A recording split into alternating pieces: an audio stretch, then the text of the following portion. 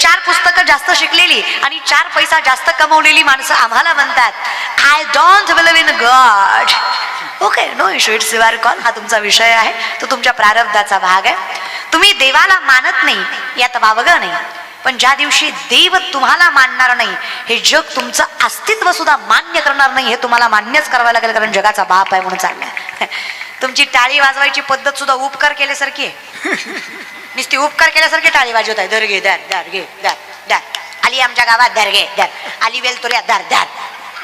इतकंही नका रे, थोडे आगदिकपणा असू द्या ना, हे की नाही. त्यातले पुढचे 2-4 टाळ्या वाजवतात, मागचे नुसते मड्याला बसल्यासारखे बसले. जस काय तुम्ही माझ्या मातीला आलायत, मेलीये मी आणि तुम्हाला बोलवलंय महाराज शोकांतिका व्यक्त करायला, तशी तर बसलाय तुम्ही.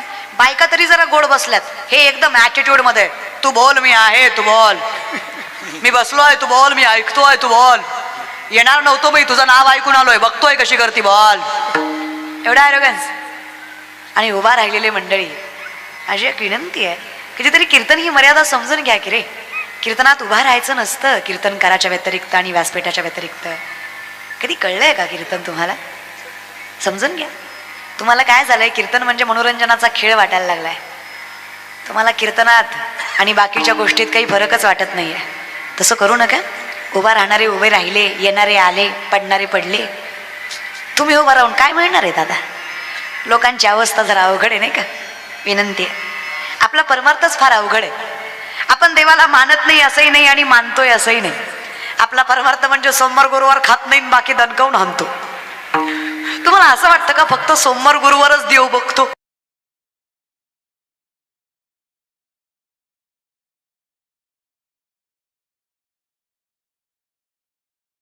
वाटतं रे मला तरुणांनो, कसला परमार्थ आहे हा? 10 दिवस गणपतीत बुडवताना शांताबाई, वा रे वा.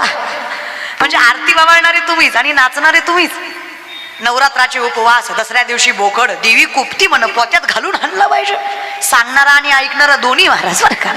आणि कोणाचं ऐकताय? जयाचे ऐक धड नाही, तयासी परित्र पुससी काही. ज्ञानोबरांचं स्पष्ट मत आहे, अहिक म्हणजे जगणं. चला जगता आलं नाही त्याला मोक्ष काय विचारताय? साधा प्रश्न आहे माझा मायबाप तुम्हाला. चला घरातला बाप कळला नाही, त्याला पंढरीचा बाप कसा समजून सांगायचा?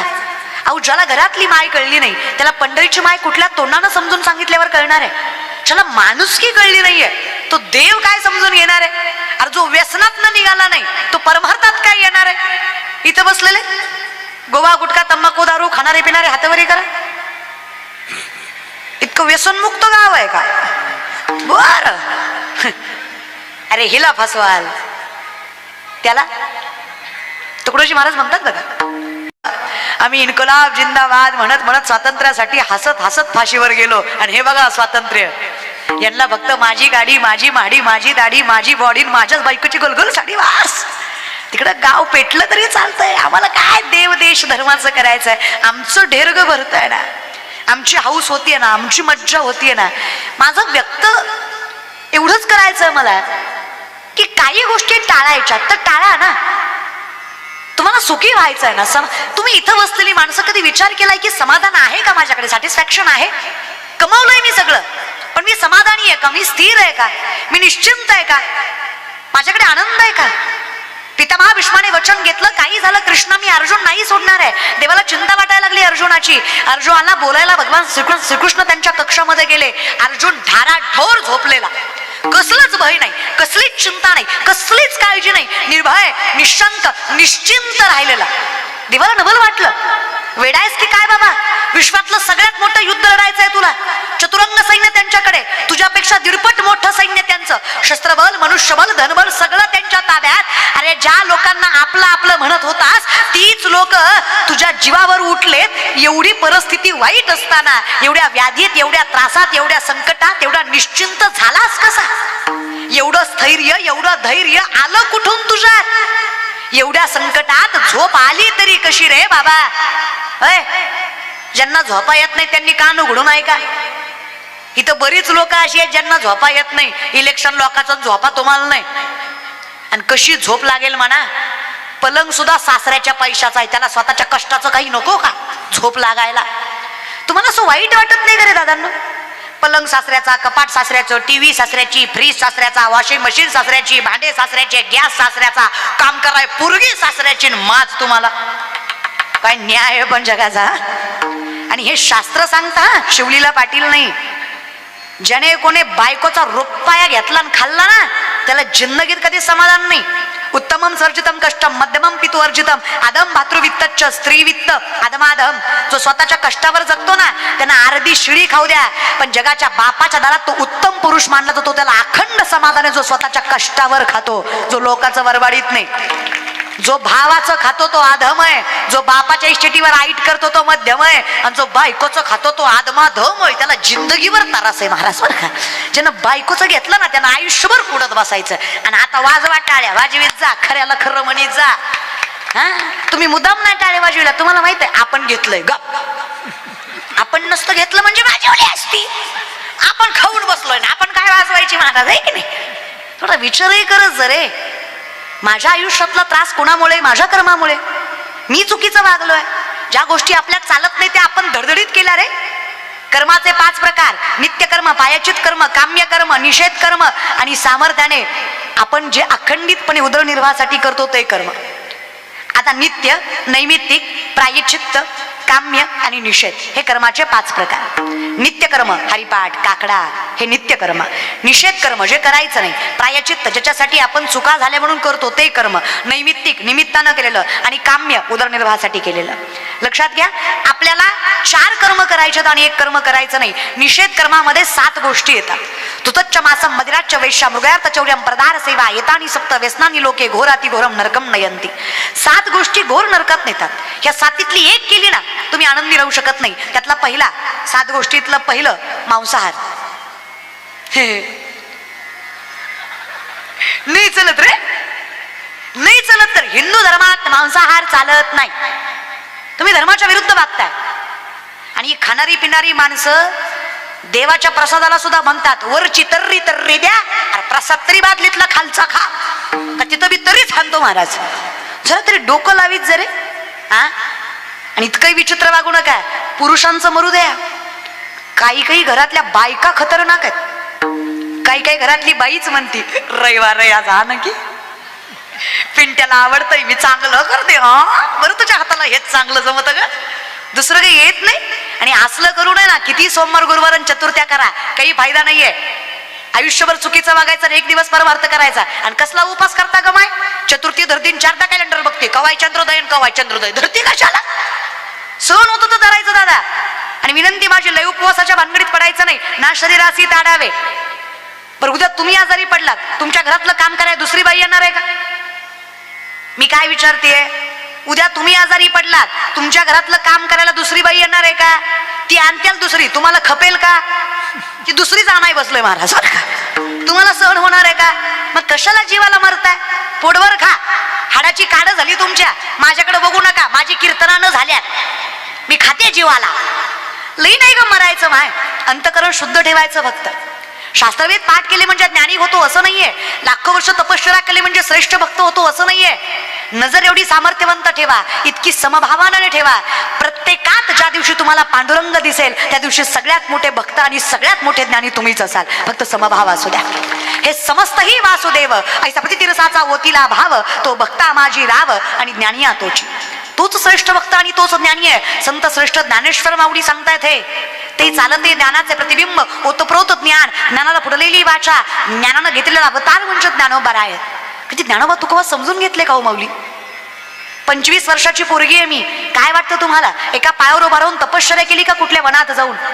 काहीच नाही केलंय दादा. माझ्या बापाला सुपारीचं व्यसन नाही. माझा बाप माळकरी आहे. सुपारी घात नाही आपला बाप. माझी आई ज्ञानेश्वरी वाचल्याशिवाय दिवस चालू करत नाही. माझा आजोबा आयुष्यभर भजनात गेलंय त्याचं. माझा बाप माळकरी, आजा माळकरी, पंजा माळकरी, पंजाच्या पंजाच्या पंजाच्या पंजाच्या पंजाच्या पंजाबी माळकरीच होता. आमच्या घरात कधी कचकच कांदा वाजलाच नाही. त्याच्यामुळं बरं झालं आमचं. आम्ही बोंबलत नाही फिरत दादा. देवानं एवढी कृपा केली, आमच्या घरात परमार्थ होता. माझ्या आईनं सांगितलं, माय मी अमर नाहीये, मी कालांतराने सोडून जाईल तुला. पण एकदा ज्ञानोबारांना आई म्हणलंस ना, त्यांच्या पदराखाली जर माऊलींनी तुला घेतलं तर आयुष्यभर तुला कुणी अपयशी ठरवू शकत नाही. एवढं सामर्थ्य ज्ञानोबारांच्या पदरात घेण्यात आहे. फार सामर्थ्य आहे रे. आम्ही फक्त ज्ञानोबारांच्या समाधीवर मस्तक ठेवलंय. माऊलींनी इतकं मोठं केलंय, आज पात्रता नसताना लोक आमच्या चरणावर मस्तक ठेवतायत. अजून देवानं काय द्यावं याचा विचार केलाय कधी? किती करतात ना ज्ञानोबा. आणि काय वाटतं तुम्हाला, कोण आहेत ज्ञानोबा? विश्वातले सगळ्यात मोठे सायंटिस्ट ज्ञानोबा आहेत. हे जे विज्ञानाच्या टिमक्या वाजवतात ना लोक, कॉन्व्हेंट स्कूल, इंग्लिश मीडियम, त्यांना सांगतेय 4 पुस्तकं शिकले म्हणजे ज्ञानेश्वरी कळत नसते. English is only language. 15-20 दिवस स्पोकन क्लास घेतला ना, फ्लुएंटली इंग्लिश बोलता येईल तुम्हाला. पण पिढ्या गेल्या तरी कृपा असल्याशिवाय तुम्हाला ज्ञानेश्वरी मिळू शकत नाही, हे मात्र अखंडितपणे लक्षात ठेवा. त्याला कृपाच लागते. या बल्बचा शोध 1879 ते 80च्या काळामध्ये एडिसन नावाच्या पाश्चिमात्य सायंटिस्टने लावला, अशी शिक्षण संस्कृती सांगते. वेस्टर्न कल्चर स्वीकारलं आम्ही. अरे तरुणांनो, हुशार असाल तर या एडिसनच्या अगोदर 750 वर्षापूर्वीचा काळ आहे. 16 वर्ष, only 16 years. Think about it in deeply. गांभीर्यानं विचार करा, काय ज्ञान असेल आणि काय अध्यात्मात ताकद असेल. 16 वर्षाचे संत श्रेष्ठ ज्ञानेश्वर माऊली ज्ञानेश्वरीमध्ये सांगतात, उदकाचे नि आवेशे प्रकटले येते जलकलखित दिसे तया विजू माझी असे सलील काही. उदक म्हणजे पाणी, आवेश म्हणजे प्रेशर, पाण्याच्या दबावानं वीज निर्मिती होते. हे 16 वर्षाच्या ज्ञानोबरायांनी 750 वर्षापूर्वी ज्ञानेश्वरीमध्ये सांगितलं. हे विज्ञान सगळ्यात अगोदर अध्यात्माने स्पष्ट केलं. चाचूचेनी सांडसे खंडी जपय पाणी राजहंस तुझं ज्ञान विज्ञान तैसे वाटून देऊ. पण विषय काय आहे ना माऊली, आजही माझ्याकडे डोंट जज बुक बाय कव्हर ही म्हण लागू होत नाही. इट्स ऍब्सोल्युटली बुक जज बाय कव्हर. इथं प्रेझेंटेशनवरच व्यक्तीचा क्रायटेरिया ठरवला जातो. पैसा फार महत्वाचा आहे कलियुगात आणि आहेच. बहीण म्हणून नजरेत नजर घालून सांगते, पैसा कमवा, मोठे व्हा. तुम्हाला जर वाटत असेल की जीव गेल्यावर तुमचे मायबाप मरतात तर तुम्ही भ्रमात आहात. तरुण वयात कर्तव्य करायच्या वयात ज्यावेळेस तुम्ही अपयशी होता ना, त्यावेळेस तुमचं बाप पण खरं मरलं जातं. भर तरुण वयात जेव्हा तुम्ही बापासमोर व्यसन करून उभे राहता ना, तुमचा बाप तेव्हा मरतो. 4 माणसात जेव्हा तुम्ही अपमानित होतो ना, तेव्हा तुमच्या आईची मान खाली जाते. आणि याच्या उलट कीर्तनकार आहे म्हणून बहीण आहे म्हणून सांगते, 4 माणसात जेव्हा तुमचा सन्मान होतो ना दादा, तुमच्या बापाचा भरून आलेला ऊर म्हणजे साक्षात पांडुरंग परमात्म्याने केलेली कृपा असते. हे आयुष्यातलं सगळ्यात मोठं समाधान आहे की आपण आपल्या आईबापाला सामर्थ्याने मोठं करतोय. आणि काय करताय रे तुम्ही तरुण वयात? नाही ते फालतू धंदे. अरे पाया पडते बाबांनो तुमच्या, नका नाही त्याच्या पाठीमागे लागू. हे व्यसन करायचं, प्रेम करायचं हे वय नाहीये. एकदा लाकडाची राख झाली ना, राख पुन्हा पेटत नसते. कष्टबिष्ट करा जरा. 2 लाख पायदळ, 1 लाख घोडदळ स्वराज्याचं, 10 पटीनं जास्त सैन्य शत्रूचं. जर छत्रपतींनी विचार केला असता, माझा बाप निजामांच्या हाताखाली कामं करतो, गुलामगिरी करतो, मी हिंदवी स्वराज्य कसं कोणाच्या जीवावर उभं करणार आहे? राजाच्या पोरानं राजा व्हायचं स्वप्न बघावं, गरीबाच्या पोरानं नाही. हे छत्रपतींना शिवलाही नाही विचार. आत्मविश्वास होता, माहीत होतं कुठल्याही अपयशाला यश बनवू शकतो मी. मनगटात ताकद होती. शत्रूची पोरं अखंडितपणे आपल्या जवळ करायचं सामर्थ्य होतं. ही शेतकऱ्याची मुठभर पोरं हाताला धरली, सत्ताधीश शत्रूच्या नाकावर टिचून 260 पेक्षा जास्त किल्ले 40 वर्षाच्या आत हस्तगत करणारे एकमेव राजे छत्रपती शिवाजी महाराज या हिंदुस्थानात होऊन गेले. कधी केला या गोष्टीचा विचार? का फक्त बोंबलायचं आम्ही शिवराय, आम्ही मावळे? अरे तुम्ही डोमकावळे. दरवर्षी रावणाला जाळता का तर रावणाने सीतामाईला उचललं. आणि तुमचं काय रे? त्या रावणापेक्षा